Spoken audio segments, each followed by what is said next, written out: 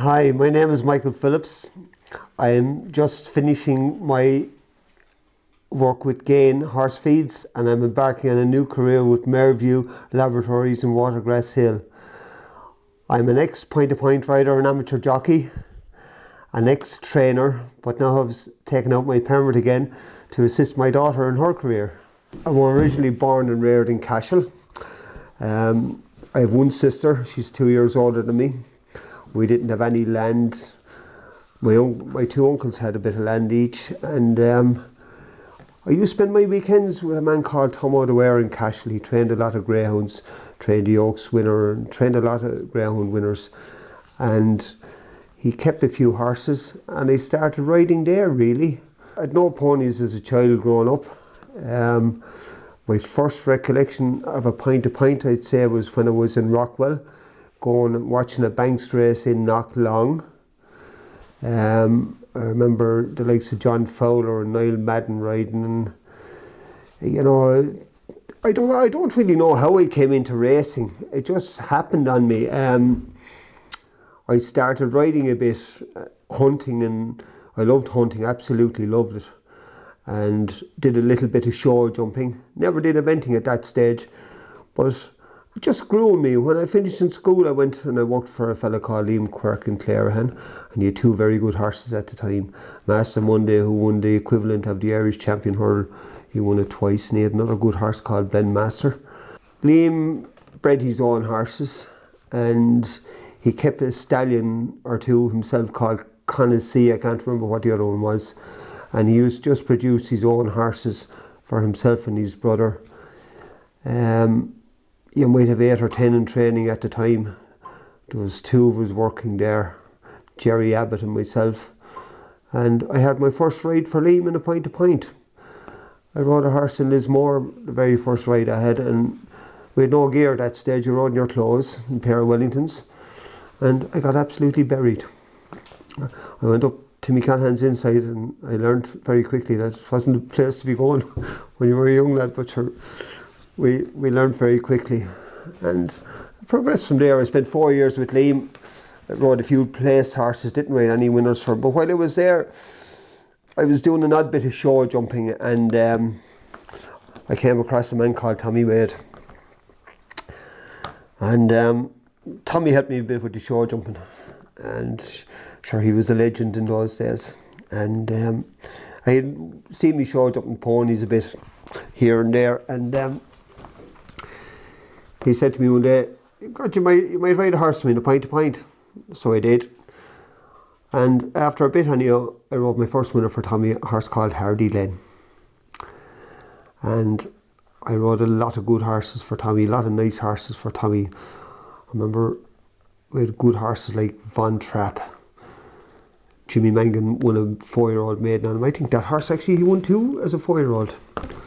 And West Tip was there at the time, but he never actually got to run the point-to-point. A heap of good horses went through that yard, large action. You know, there was so many horses there, like coming and going all the time. He was a great man to buy and sell a horse, and you'd learn so much from him. He was actually a genius. He wouldn't have been a diplomat now, but he was a genius. He was a tough man to work for, but a very, very, very fair man. And he gave me a great start at the game. He taught me an awful lot about horsemanship and understanding horses and how to get them to jump and to know when enough was enough. But those days were different. Like, everything was about, fellas like to have a few quid on, they like to gamble, and that's what the point-to-points were about then. And in those days, like, the point-to-points would only start in February. You could run horses up to after Christmas there on the track, and then they'd go back point-to-pointing, and they'd finish up in May.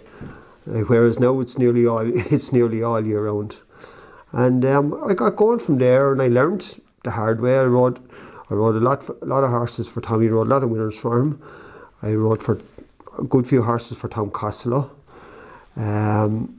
I rode a lot of horses for an awful lot of people. John Joe Harden down in Cork rode a lot of winners for him. Used to ride little mare for a man called John O'Sullivan in Fremont, called Lady Surratt. She was only about 15-1. she won a good few pint of pints, and she used to have to carry maybe 12, 10 or 13 stone. There were penalties in those days. And I was light at the time. And sure, you learn as you go along, and you get friendly with fellas. And I even rode, for the likes of Nicky D. And I rode with Nicky D, and I rode for him, and I rode with Jimmy Mangan, and I rode for him. And there's a great bunch of people there, and they were tough lads. I remember the first ride I had in the track for Tommy Wade was a mare in Listowel called Lady Siobhan, and I was beaten a half a length by John Queally and Colin Magner, and I was buzzing even to be riding in the same race as those lads, and to nearly beat him was even better. But John Queally rode a lot for Tommy Wade in those days, and the reason Jimmy Mangan got to ride in Von Trapp was in Clonmel that day. I remember as well, Tommy had brought in a lad from England called Duncan Trow to ride his pint of pointers, and it didn't work out, and Duncan had ridden something in an earlier race and he fell off it. So Tommy said that was that. He was on the boat back to England, and Jimmy Mangan was trying to go to Fairyhouse, but he ended up riding Von Trapp anyhow, and I was hoping that because I might get to ride it, but I didn't have the experience at that time. Pint to pinting back then was a totally different game to what it is now. You would drive down around Cork there was a pint to pint horse in every yard, in every house. Everybody went racing on a Sunday. They brought picnics. Like, we'd always go to Mrs. Moore's car in a pint to have a sandwich and a cup of tea. And everybody in the locality would go to that local pint and a lot of people they'd all have a place to go on the way back. It was a real day out. Kids went, there was crowds going to pints, and everybody wanted a pinter, and everybody would like to have a pinter and enjoy a day out. It was totally different. And pinting got very, very busy then, with horses starting to sell. I remember in Killarney one day I rode 14 races around the inside of Killarney. I rode 2 or 3 winners and a good few placed horses, and it was a different game. Now hardly anybody goes pint to pint, and even though there's a good crowd in Kilnick now on Sunday, I will say, but it's all about the 4-year-old, and that's a different game. That's a game where I don't know. I wouldn't like to play it because of the horse. I'd be brought up in an old-fashioned regime where some horses need a bit of time to mature and get on, and I'd have been dealing with horsemen rather than trainers. It's just totally different. It's totally different. Like, giving a horse time is very important, and what we do here now, like, I'm doing it for my daughter really. She's riding pint to pints now. She started there 2 years ago with Tom Keaton, and she's ridden 3 winners already this year. But like, I'll support her as best I can with a couple, but they won't be expensive horses, but we'll make the best of what we have. It's not easy to compete at the level they're at now. Whereas back before, you could buy a horse worth the money. You could go to the sales, you buy a horse maybe for 3 to 10 grand. And you could afford to sell them for 25 or 30,000, and if you did that, sure, you were doing well, you were getting a few quid. There was less expense back then, and people just enjoyed it way more. It wasn't a business like it is today. It was a nicer time. We had a great time at it. When I started, we had no back protectors. We had one or two from the turf club would be there, and they'd keep an eye on things. The doctors were very good. Like, if they thought you were alright, they'd let you ride on, and if they didn't, well, you were stood down. Same as that today, but health and safety has improved massively for the riders nowadays. Times were tougher, the likes of Nicky D and Timmy Callahan and Jimmy Mangan and John Queally and those lads. When you went to battle with them, and there was not an inch given. But you learned your P's and Q's out there, and that was it. So I kept working away with Tommy Wade, and unfortunately Tommy got banned for a year and a half or 2 years by the turf club. So he couldn't, in those days when he got banned, he couldn't even go to the pint of pints. Couldn't do anything. So I went and I worked for Ursula Ryan. And that year we had about 12 winners on the track. And I rode some point-to-point winners. I didn't ride the 12 on the track for her now, but I rode a good few winners for her on the track, and I rode some point-to-point winners for her. And Tommy Wade was getting his licence back, and he rang me. And I said, well, sure, the only way to come back is with a winner, Tommy. So we got a horse ready called Uncle Max. And he won the Maiden Hunters Chase in Limerick, on the old track in Limerick. And we went on then, and we won the Tetra Team Cup with him. He was belonged to Seamus Mulvaney and Terry Ryan, Lord Mercy and Terry. And I remember that day Tommy said to me, he said, going down to the last, Michael, he said, I was going to shoot you. He said, I thought it was a real long one there that you should have gone for. He said, but you went for the short one. He said, and you actually did the right thing. And for Tommy Wade to say that was amazing. As people that know him knows what he was like. He was very straight and blunt to the point. His family were all involved in horses at that stage. Robert was a very good show jumping rider. Alan was terrible to ride, but he was brilliant at course building. His daughter Mim, a savage to work, unbelievable worker. She'd often get maybe 8 or 10 horses there, all platted up ready on Sunday morning to go point to pointing. And Ronan was good at golf. Really, he didn't get involved in riding horses at all. He never rode. But Robert used to ride a lot of work with me and a lot of schooling with me. I met Lucy through the point to point field. She was working for Rosemary Rooney at the time, and she was a lucky lady. She had a very good little horse for the Banks races called Miller's Chap. I'm sure everybody loved to ride around Punchestown and win it. So Jimmy Mangan rang me one year and he said, would you ride this mare around Punchestown for me? I said, I will, yeah, no problem. So Lucy was riding Miller's Chap, and I was saying, got to be an awful shame to get beaten by her. But anyhow, I went down to the start, and Jimmy just said to me, go as far as you can with her. And I went down to the start, and somebody came up to me and said, be careful of her, on her, won't you? So anyhow, I always believe in life you have to be positive. And the mare ran a blinder, she finished third, but Lucy won it, unfortunately. And she used to ride a little horse for a neighbour of mine called the Cushman. Michael Burns trained it. I actually rode Michael's first winner, a good mare called Amy Fairy. There was a picture in there of Lucy winning a lightweight on the Cushman, who had the worst legs. He'd broken down 3 or 4 times. He beat a horse in Ballindennis in the open lightweight called Monty's Pass. Monty's Pass show went on and won the Grand National.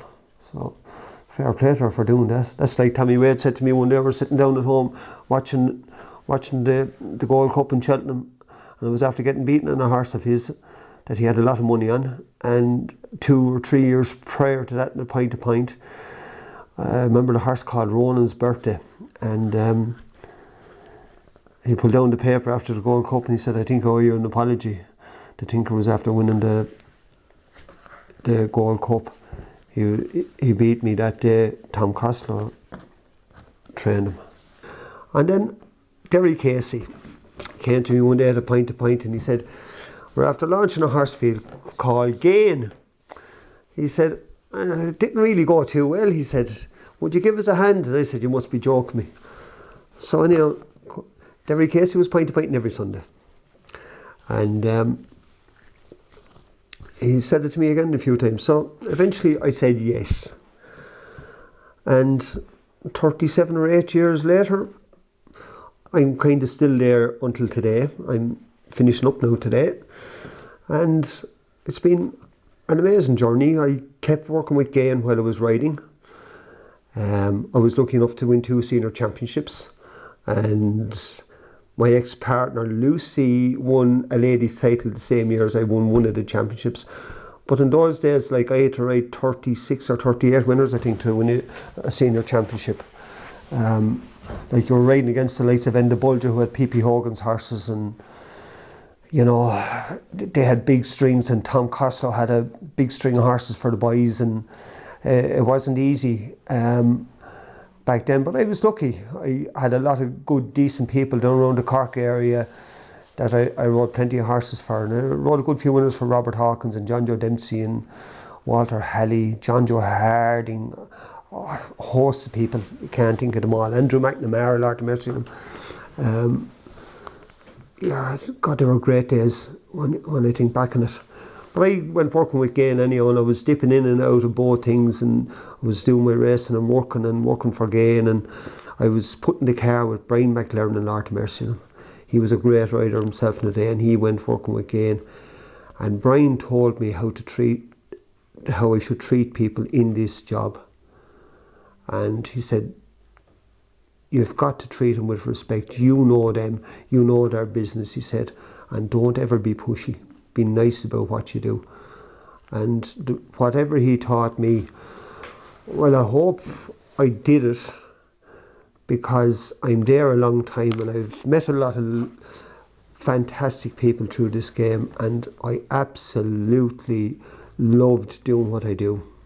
But unfortunately the love went out of it, not because of the customers. I adore my customers, and I hope I looked after them as well as I could have, because they're just a fantastic bunch of people, and I understand the business, I understand what they're going through. But when companies get big, and I grew away from it. I didn't grow away from the customers or the feed. I grew away from the company itself, unfortunately. And I'm going working now for a smaller company that I think I will enjoy it more, and I'll be able to bring more to the table. Maybe we'll see. We're never afraid of a challenge. We will make it work. I'll make it work with them. And but I'd like to thank everybody I dealt with in Gain, because they're a fantastic bunch of customers, and my work colleagues. But that's it. Moved on, and while I was working with Gain, I started training then. Never wanted to train. Kind of fell into that as well. When I was still in Tommy Wade's, Tom Egan in the Horse and Jockey, I bought a horse farm off Tommy. And he went wrong of his wind, and we hobbed it, and we got him sold. And I went down to Jimmy Mangan, and I bought a mare of Jimmy Mangan called You're Nearly There. And we were sitting down the Jockey one night, and Tom said, what are we going to name this mare? And I said, well, you have a sign up outside in the road called You're Nearly There, so can't you call her that? So we did that anyhow, and she won a pint for him in Bandon. She ran in Skibbereen, and she was crippled with her shins, her run before that, and we did a bit of work on her shins after that. Won the 4-year-old actually the same day with Tommy Wade horse, first time out. He didn't think he'd win at all, and he hacked up a horse called Top Brass. He sold him that night. He was in a bad mood when he won first time out, because he didn't back him, and I was heading off to Cheltenham that night to ride in Cheltenham anyway, so I was happy. I was going away for a few days, and he was happy anyway when he got him sold. I started training then. I started training for Tom Egan. I used to have a good few horses with me, and we had a very good mare called Red Square Lady. Yeah, I bought her for neighbours over the road at the sales. The husband lived in England. He was a solicitor, and the wife came with her friend to see it, and she didn't like her. So I was left her. I was after buying a couple of other horses at the sales that day for Tom Egan and myself. We used to buy a few together, and we'd run them and sell them on. But he came in the yard one day, and he just saw a Red Square Lady, and he said, what's that? And I told him the story. He said, I'll have her. And she turned out very lucky for him. But yeah, no, I was training, but I was very lucky when I was training. I was very, very lucky, because I was lucky enough to have the likes of Barry Geraghty, Ruby Welsh, Andrew Mack, Dennis O'Regan, real good lads ride for me. I don't want to be naming too many because you leave people out. And in the amateur side of things then, like I had Coleman Sweeney, and I had Derek O'Connor all winners for me, and my good friend JT. His last winner for me was a little horse called Kitagen. Dear, he had things went bad for him. I said to him, you're getting shoving on a bit now, lad. I said, would you ride this horse for me? I said, he's a little bit free. And I said, I will, yeah. And I said, I'll bring him down and let you school him if you want now. I said, because he can be a bit free. I don't need to fucking school your horses, Mick Phillips, he said to me. And JT rode a good few winners for me, and he won that day. He hiked up that day, and the horse was sold in Cheltenham. He was a very small horse, and he made a wicked noise because he had a sinus problem. And my uncle actually died. I went over for the vet, and my uncle died, and I had to come home again. And Jimmy Kelly looked after the horse for me, and Robin Dickon bought him, and he won a good few races for Robin. But then poor JT got his bad fall in Cheltenham, and I'll never forget the day after. Angus writing me. I was sitting outside picking up the paper out of the car to go in and watch races in Cheltenham, and Angus was in tears down the phone, and he told me, and I was in tears, and unfortunately I was not the person I should have been. I couldn't face JT.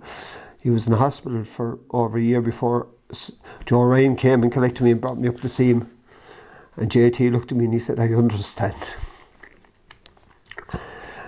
And I met him racing one day, and he wasn't the same fella I knew, and I couldn't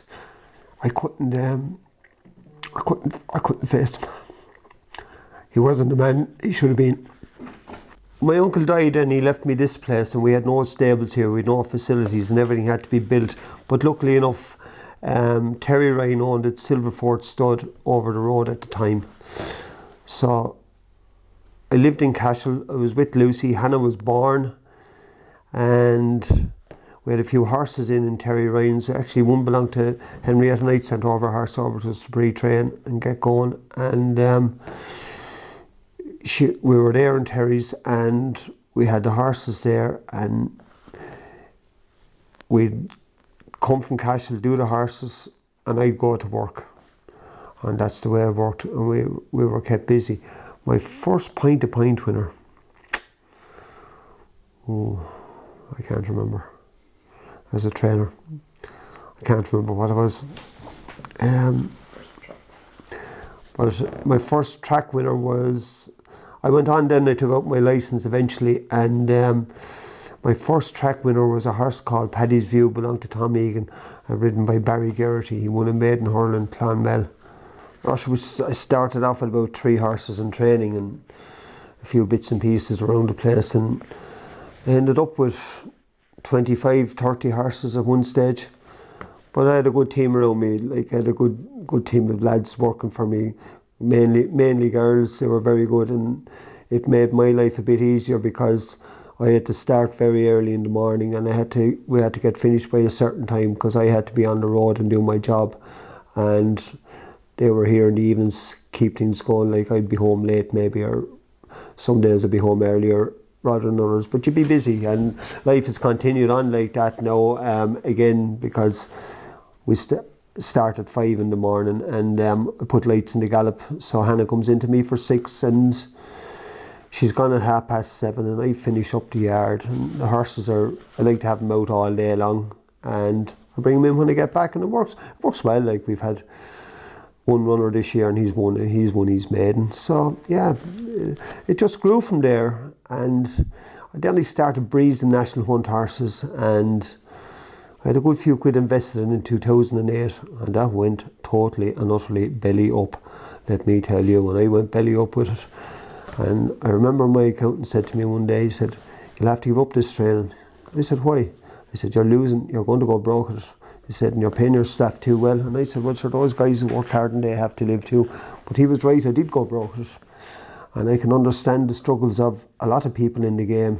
But luckily enough, I survived, and I fought my way back, buying and selling horses. And I survived anyhow, and I just about, but I'm still here, and I'm willing to fight. And then the kids left and they moved to Galway, and I started doing, Paul Donovan got me involved in eventing, and I said, "Me doing a dressage test, you must be joking me." And so between fighting and arguing and getting help from a few friends and things like that, I started doing a bit of eventing anyhow, and I got on fairly well at it, I must admit. I remember we were at dinner one night and somebody said, "Well, if you can do a dressage test, I can do a dressage test, and we'll have a bet in it." And Paul Donovan piped up and said, "I'd be very careful now if I were you."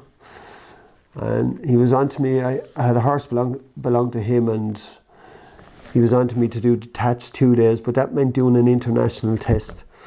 So I looked up the test, and I couldn't even understand one word of it. And I rang him and I said, "Hey Paul, I won't be doing this thing in tats anyway. You need bother entering the horse." He said, "Why is it?" "I can't even read the test." So he rang me a few days later and he said, "You're entered." So I was in trouble then. I had to face this big arena with all these letters in it, and I hadn't a clue. But I got a bit of help anyhow, and we went up to tats, and I actually won it. So I enjoyed eventing then. I did a good bit. It kept me involved with my children when they weren't with me, and we had a good time. Kept weekends busy. Like, people talk about having a social life.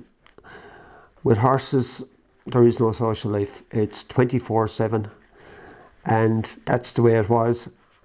And then all of a sudden, that was gone. My daughter went to college. She didn't ride anymore. She had 4 years in college. My son decided to stop riding. And so that was it. So then I had these weekends at home, and I didn't know what to do with myself. I hadn't a clue. Like, I didn't know anything else.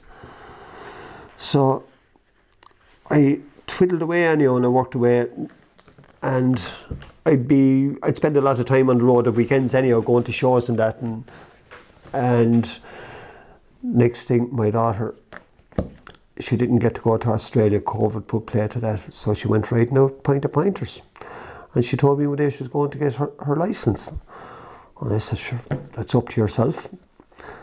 And people say to me, "Why do you let her do it?" It's not my decision. It's totally up to her. She's happy. She loves what she's doing, and she's working, and she works hard. And my son is in Canada then, and he has no interest in the horses anymore. So I'm back now going out to Point of Pints, and it's good for me. I get out and meeting people again and doing something that I love doing.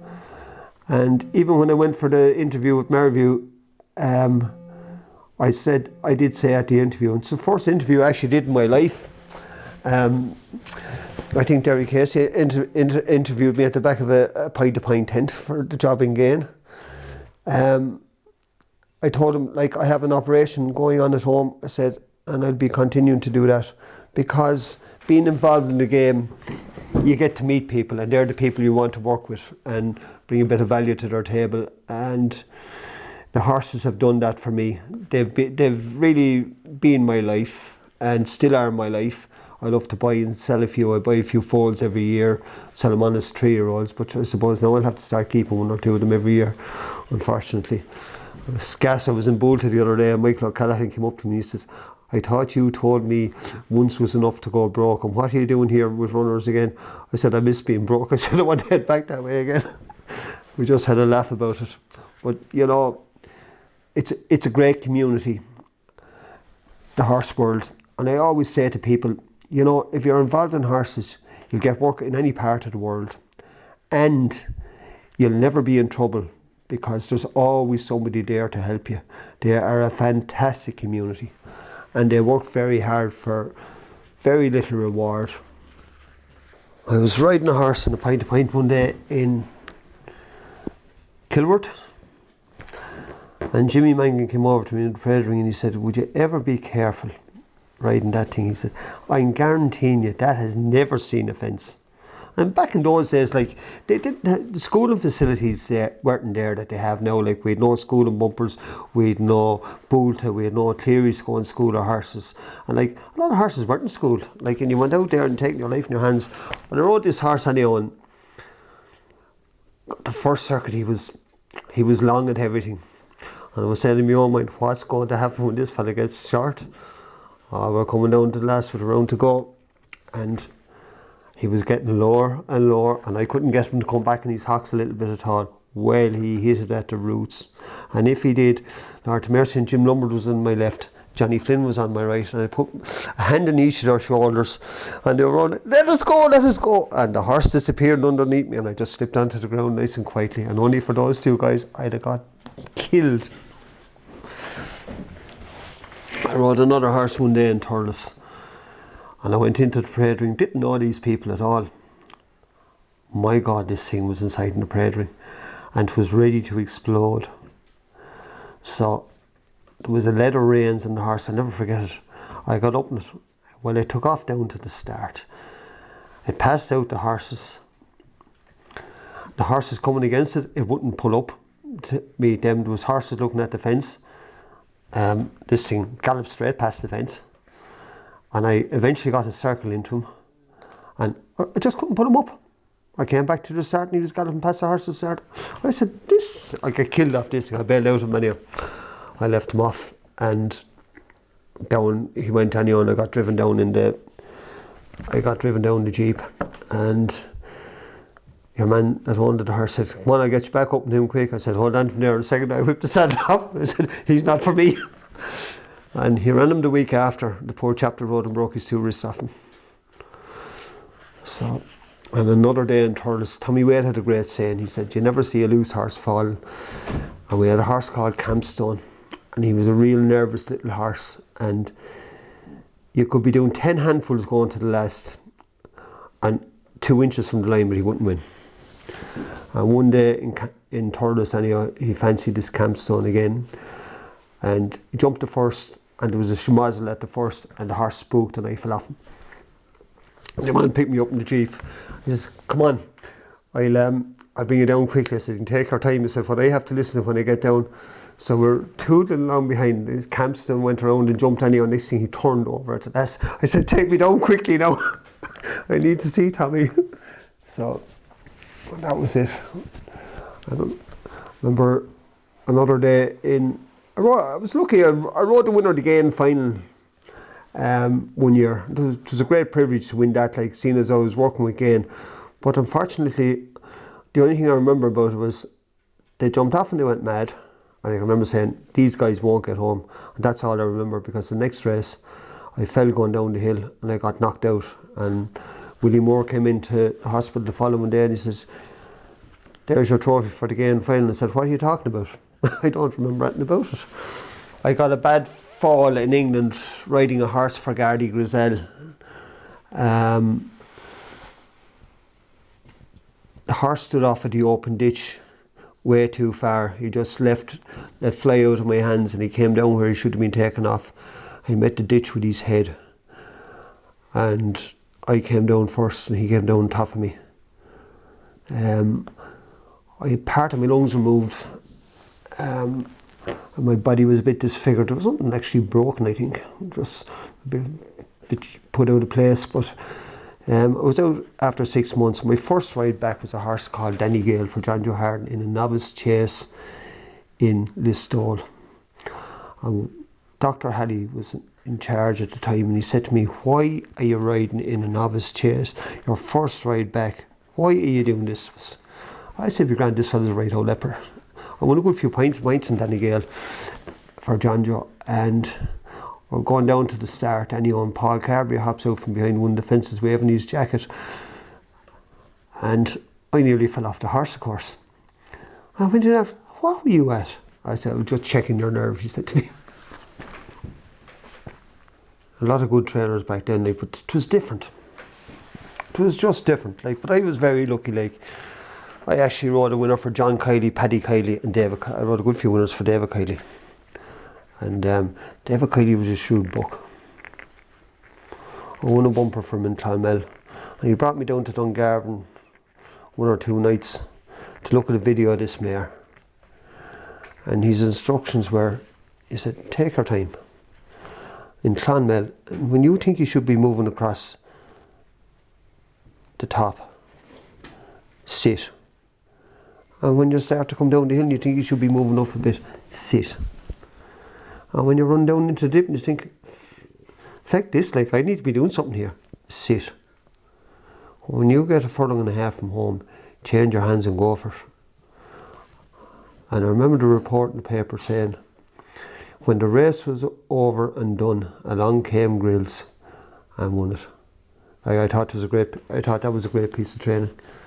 Absolutely fantastic. But I nearly got killed. I rode on a point to point actually, and I was coming with a flying run to last, and I don't know, in the Bulgers horse actually kind of wobbled a little bit in front of me, and I got buried off her.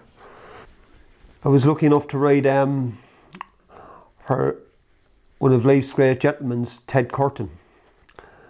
And I won the last bumper to Phoenix Park on a good horse of his called Yupon. I rode him in Punchestown. He finished third in a winner's bumper.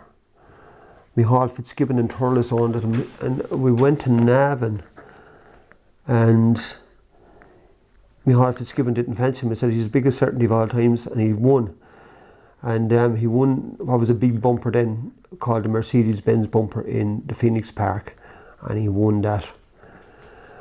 I used to ride a very good horse for Kevin Woods up the north. He won a bumper in Navan and Leopardstown called Cranlome.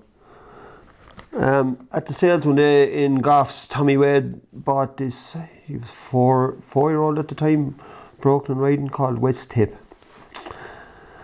And we brought him home and he thought, my God, he said, am I after doing the wrong thing? You know, this horse is probably well tried. So I was tipping away, getting him ready for pint to pints anyhow, and the horse, I'd pull out lame, or he never actually got to run because there was always something wrong with him. And Michael Oliver, who was buying an awful lot of horses from Tommy and all over Ireland at that stage, bought him. And he took him back to England anyhow, and he gave him a bit of time, and he ended up winning in Cheltenham, and he ended up winning the Aintree Grand National. And that'll just show you that some horses do take time. And I rode a good few winners for Andrew McNamara, Lord of Mercy, and I remember I rode a horse one day in Limerick, and he thought this horse had run very well, and he pulled up in the bumper in Limerick. And I said to him, Andrew, I said, do you know what? I said, you're right about this horse, he's a good horse. I said, but he'll take a bit of time, I said, and he won't have that ground. And he won his bumper in Tremor on good ground. He won a few hurl races, and I advised Gardy Grizel, Sean Mixon, Gardy Grizel, that he should buy this horse anyhow, and they bought him. A horse called Railstag. He was beating a short head with Hugh Davis on his back in the 2 mile champion chase. I suppose the best horse I ever rode was a horse called Breath of Life. He was a horse by Menelik. He was an absolute machine, but he never won. He broke his leg with, I think, Duncan Throw in a pint-to-pint in Cantork. And I remember Michael Dickinson was trying to buy the horse. I think he's the best horse I ever put a leg over that never saw the light of day. But like, Von Trapp was a very good horse to ride. I rode Boring Prince for Andrew Mack. I was lucky enough to ride some lovely horses, but I never rode any massive big winners. I rode plenty of winners, but I never rode anything massively big. Like, rode plenty of good pint-to-pinters. I rode Minihome for Nicky D. He went on and he won the Grand National. I had a horse here myself called Castlemaine. He went on, he won the Fox Hunters in Cheltenham, and he died one summer out in grass with Caroline Bailey, and he was unbeaten. Yeah, and Henrietta Knight, I was lucky enough, she would send Edgerton Blow and Impact to me when they'd come over racing in Ireland there, and it's lovely to have those type of horses in your yard. When I was about 20, I was riding for a man called John Cheganowski. He was based in Liam Quirk's yard at the time, and he made a suggestion that I go to France for a summer. So I tootled off to France, and I worked for Charlie Milbank for a couple of months, and he won the Derby that year with Policeman, the French Derby with Policeman, and that was an interesting stint. And you know, I learnt a lot there. I might have learnt an awful lot of things, how not to do things there. It was great to be there in Shanty. Like, the facilities are just unreal. But you know, no matter where you travel, you learn good ways of doing. I learned a lot of good things there, but I learned one or two things that I would never do there. I had a couple of missed opportunities, really. I probably should have bitten the bullet and gone to England when I was in Tommy Wade's. Ferdy Murphy and Jeff Hubbard came over and they offered me a contract.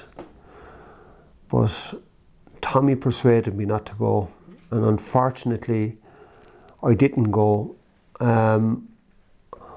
Fairly had 2 winners in Cheltenham and Aintree that year, and I'd have ridden those.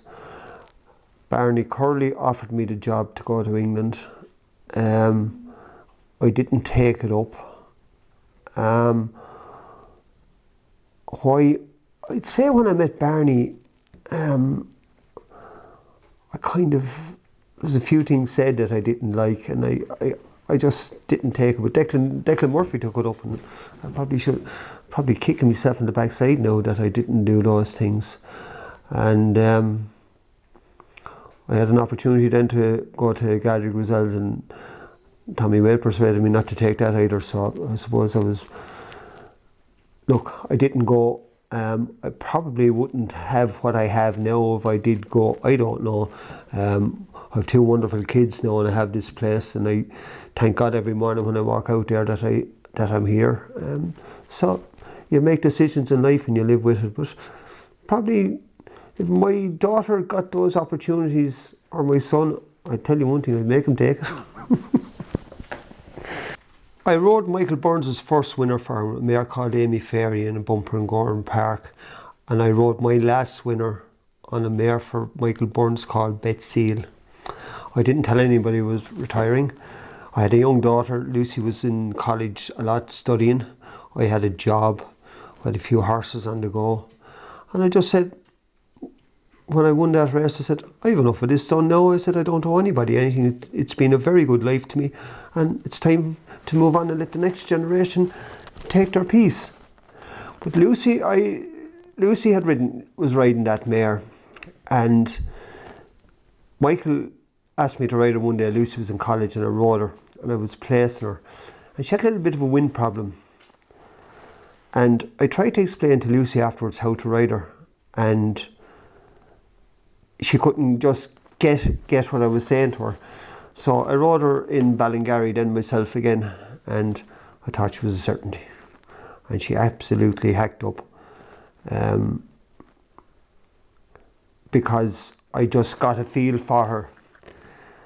And that has paid off well, I think, because my daughter rode a winner in Tortulla recently, and I saw the horse run in Lisrona, and he runs in a tongue tie, and I just explained to her what she possibly should do, and the best way to get the best out of the horse.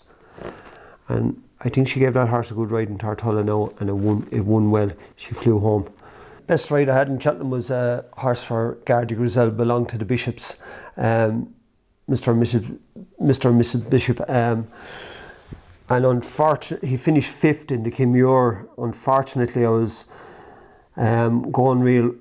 I thought I was going real well in the last ditch on top of the hill. He changed his mind in mid-air, and he put his leg down into the ditch. So they were gone at the back of it, and I was chasing all the way home. But yeah, I never rode a winner in Cheltenham. Didn't ride a winner in Aintree, but I got to ride around over the Aintree fences for Henry Oliver, and a horse that I won a bumper on for Kevin Woods and Peter Gormley called No Luck. He was a small little horse, and look, I finished way down the field, but I got around. It was brilliant. Absolutely some sensation. But I still go back to having the runners in Cheltenham. That was probably my best days racing. The eventing has been a great learning curve for me. And sometimes now I get some race horses sent here for a little bit of pre-training to work on the flat. It has taught me how a horse should move, how a horse can move, about their flexibility, about their balance, about how you can keep them sound. And I actually love riding horses on the flat now, and I do quite a bit of it. And our own horses here, they'll get flat work every morning before they canter, and they build up muscle properly. And it's been an amazing journey, the eventing, really, because it has taught me so much. But with horses, every day is a learning day, because when you go out into that yard, you don't know what they're going to teach you. People say to me, where did I study? Have I an ag science? My education was going out, working with horses and meeting people and learning from the people that you met every day. And that's why I wouldn't like to go down the 4-year-old route, because I find it very hard to produce horses like that.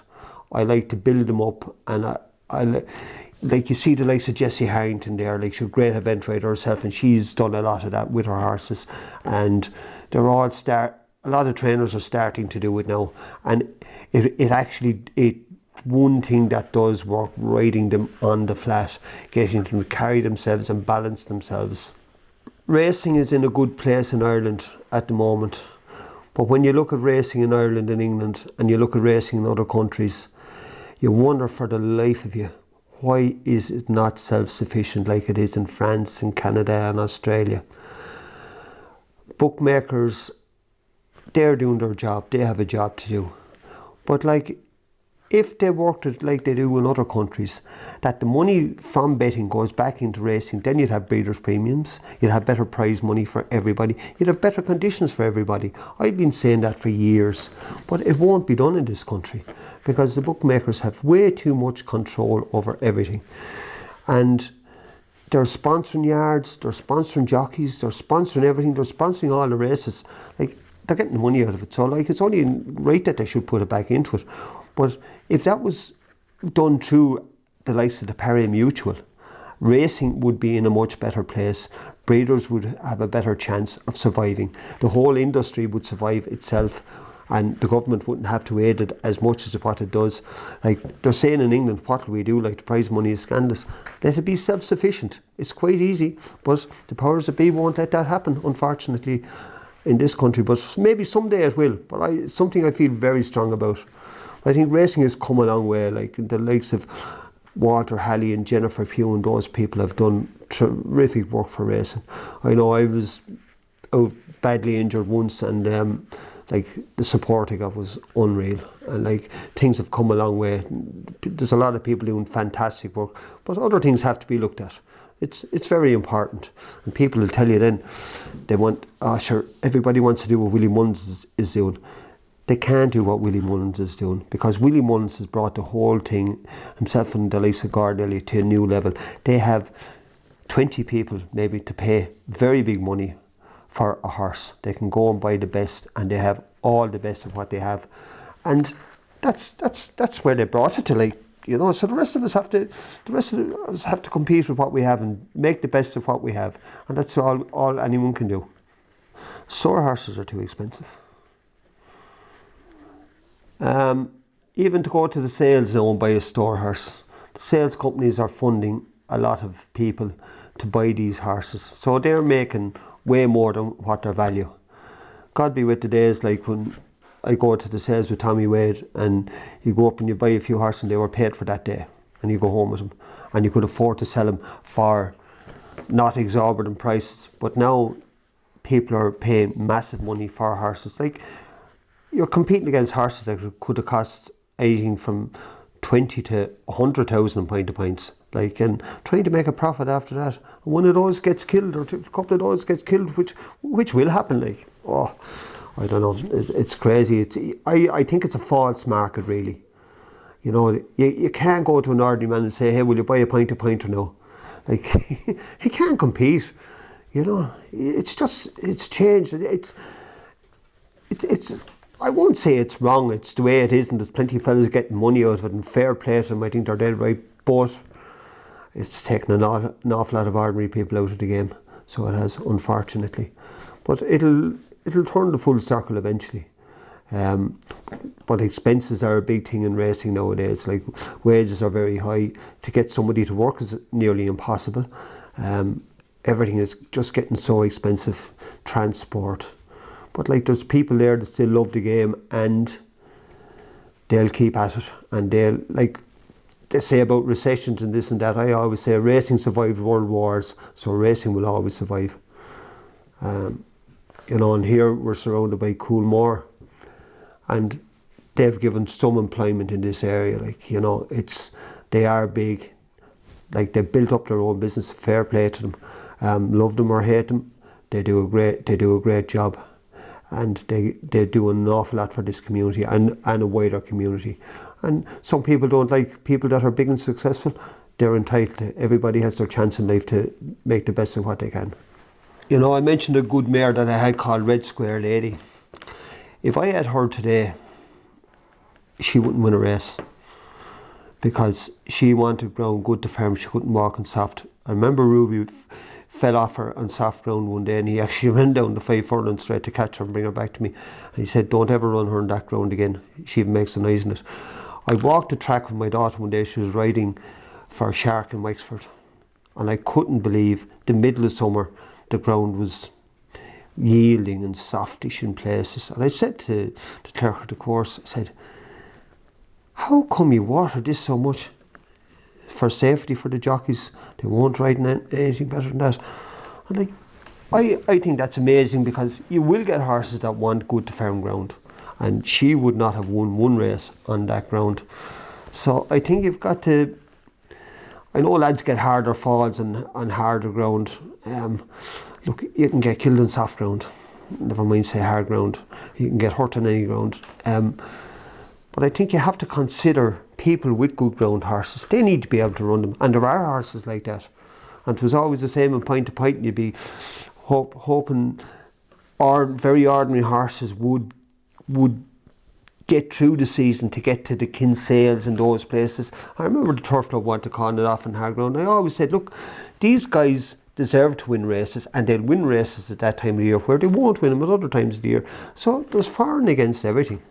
Yeah, I was lucky enough. I had some lovely horses here. I won a good few races, I wouldn't say. I suppose Red Square Lady, she won the Grimes Hurling, Tipperary, she won a couple of listed races. And I got sent a horse called Power Station. He'd been with Charles Burns. He was second in Cheltenham for Charles. He was second to Blackjack Ketchum. And he was beaten a good bit. And the first morning I rang Charles and I told him I was after getting asked to take the horse. I was kind of a caretaker trainer for a season or so, because Eamon O'Connell was taking out his licence, and Eamon always bought the horses for the syndicate, and he was doing the training. So he came to me, and I'll never forget the first morning I worked him. We came down off the gallops, and I was down on my 2 knees, and the lad said, what's wrong with you? I said, I can't believe how slow this horse is. I just can't believe it. And I came home here and I got out the farm book and I went through the farm book. And I looked at the farm of Blackjack Ketchum's race, and only one horse had won a race out of it. And that was a mare called Chouette, belonged to John Murphy, won a low grade handicap hurl. I said to the lads, we're in trouble, this fella's a big reputation. I said, but by God, he's slow.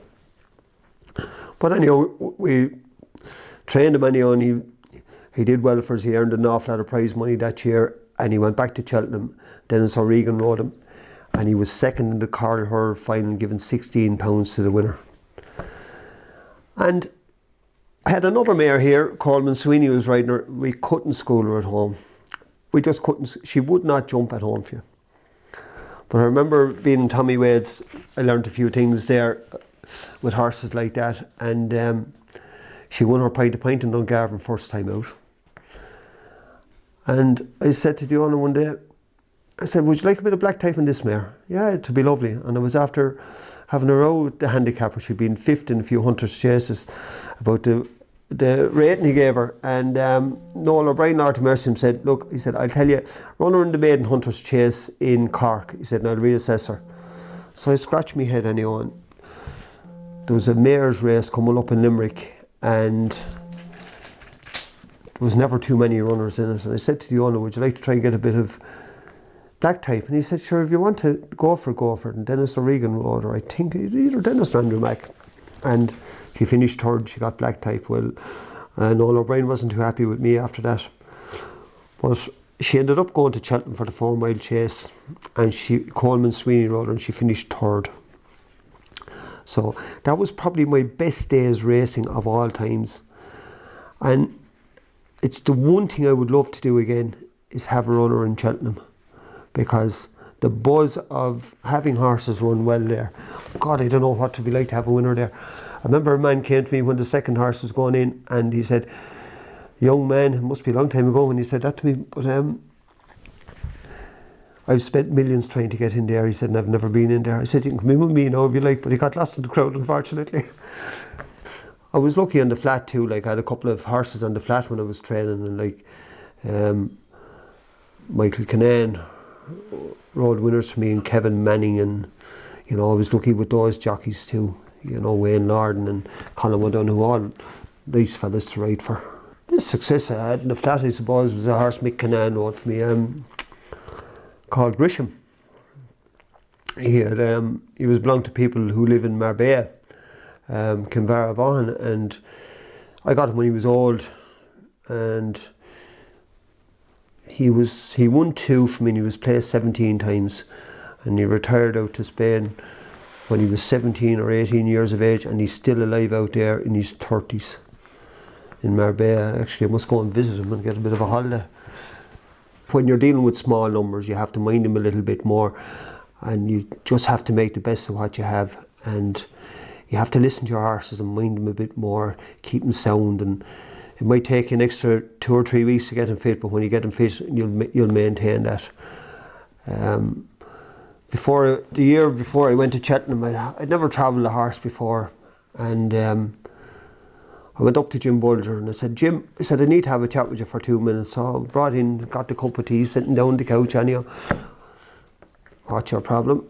I told Jim, I'm travelling 2 horses to Cheltenham. I said, I've never travelled a horse before. And what do you want to do with him when you come back, Michael? Well, I'd like to run him again. And I learnt more in 5 minutes sitting down beside Jim Bulger. It was unreal. It was like going through college in 5 minutes. And those 2 horses came back. Power Station ran in Fairyhouse, and he finished 4th after Cheltenham. And we thought he had enough at that stage, and we were going to stop at him. I remember ringing him, thinking about what Jim said to me, and I remember ringing him one day, and I said, look, he's in the Champion Stairs in Punchestown. I said, I know it's very quick again, and it probably looks finished, but I'm going to run him. I did what Jim told me, and I could just feel that it was right. And Dennis O'Regan just got beaten on him by refinement. He finished 2nd in the Champion Stairs. And Countess Trafaldi ran twice more, and she was placed twice after that. But then that was it. That was it for that season. But that was to travel them well to Cheltenham and have them run well and come back and perform again. That was down to talking to Jim Bulger for 5 minutes.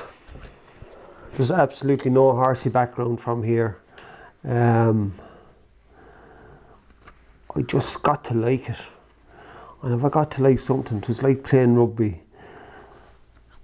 If I wanted to do it, I'd work hard and try and do it well. I remember being in Rockwell, and I was on the SCT, and they wanted me to put on weight, and I wasn't having it. So eventually they told me, if you're not going to put on weight, you're not playing on this team.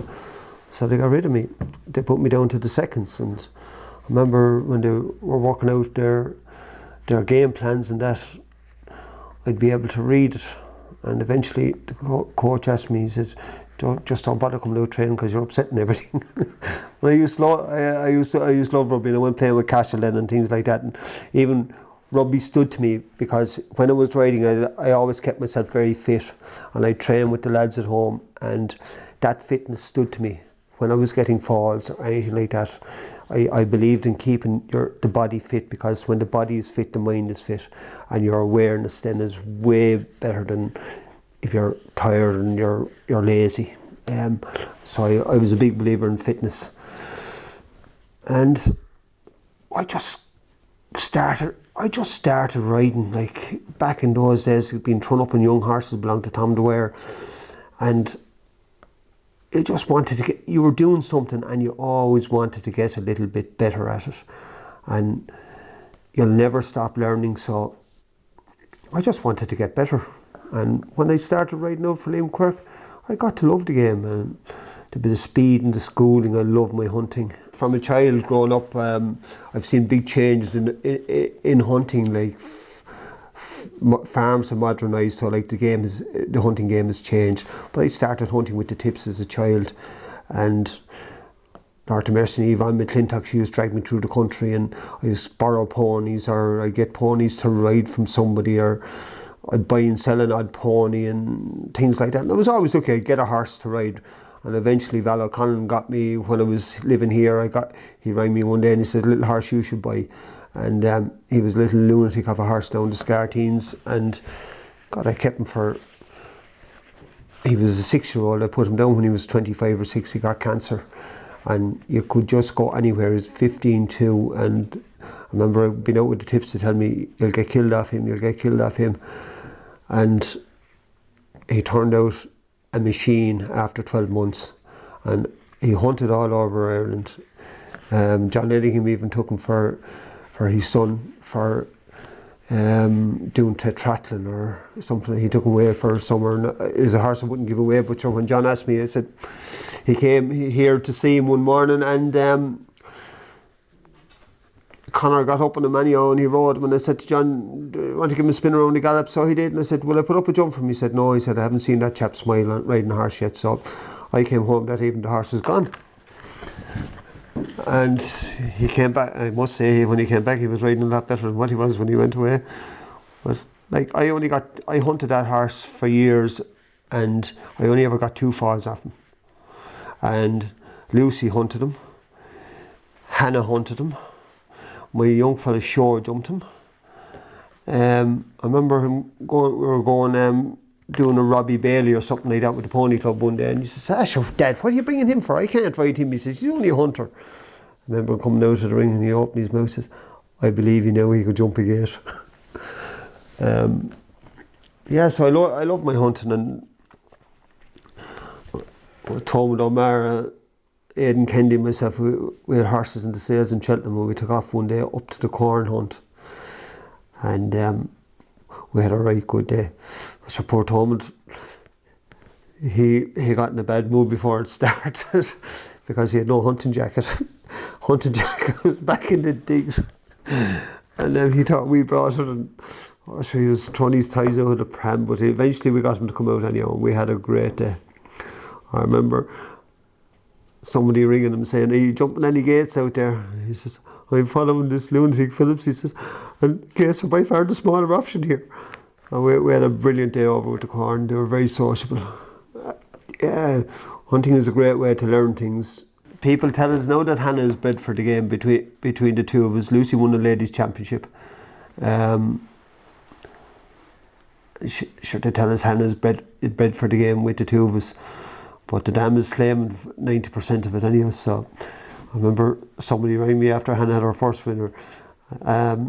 Lucy had stated that she's glad she's taken after her, but we'll discuss that at a later date. People even ask me every week, like, how can I watch that? Like, the way I look at it is, I don't do nerves when Hannah is riding. Absolutely not. She's going out doing a job that she loves.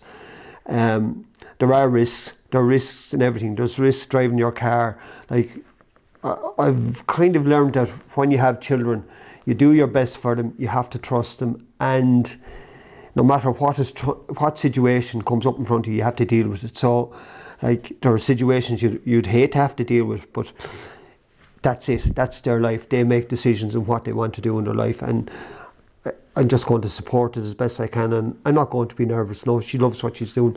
So listen, she's going to get falls, and look, I got falls, but I was very lucky. I actually broke no bones in all the years I was racing. Well, I broke an ankle all right, unfortunately, at home. I got a kick from a horse in Tommy Wade's, and I missed riding horses for Andrew Mack in Cheltenham that year that were all placed. Like, but sure, that's it. You know, you have ups and downs. There's ups and downs in every walk of life. So I don't do nerves when she's riding. No, I just want her to do well.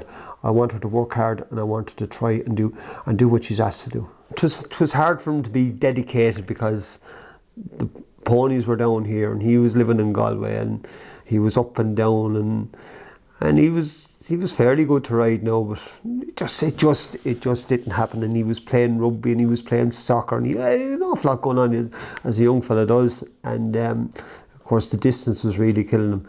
So now he's in Canada. Somebody asked me, what's he doing in Canada? I said he's doing a thesis, and they said, on what? I said socialising and living life to the full. And he's back playing rugby now over there, and he scored 3 tries at the weekend for his team, so he's doing well. He'll be home soon, and he'll have to knuckle down and find a job now. I was once told that every day is a learning day. I'm a big believer in that. And I was also told, you were born with one mouth and two ears. And you know which ones to use more. I would absolutely love to have a runner in Cheltenham again. I would absolutely love that, and have my daughter ride it. Would even be better. That would be, I could die happy then to have a winner in Cheltenham. Oh my God. The future for me, I start work with Mervue on Monday, and I'm going to make that work. I'm determined to make that work. I've always liked the challenge. Future is bright. We're getting older. Live every day. See my kids progress in their lives. That's my future. I don't have any massive ambitions. Stay healthy and well, and not to be a burden on my kids. They have their lives to live, and let them get on and live their lives. And I just want to be able to make enough money to support them and to get through life. And that'll do me. Once they're healthy and well, I'll be happy.